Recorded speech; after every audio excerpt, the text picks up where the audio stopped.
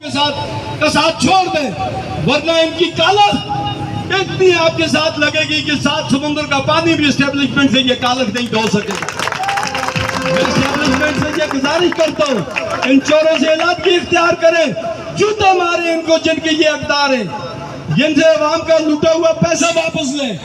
और मैं आप सबसे ये गुजारिश करता हूँ, कल भी इंशाअल्लाह जो भाई हमने आज सिर्फ टाउन कमेटी और 2 यूनियन काउंसिलों में बताया है, मैंने खुद लोगों को कहा है कि कल इसलिए यूनियन काउंसिल कुटली यूनियन काउंसिल जिंदाबाद। डीजल पर सब्सिडी दे रहे थे, गरीबों का ख्याल रखना उनका जुर्म बन गया, गरीबों के साथ खड़ा होना उनका जुर्म बन गया।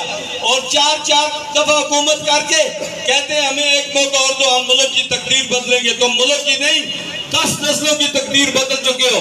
लेकिन याद रखो कि जितना भी आप कोशिश करोगे आप रुसवा होगे, जिस तरह फिरौन, नमरूद, शदाद की औलाद जलील और रुसवा हो गई।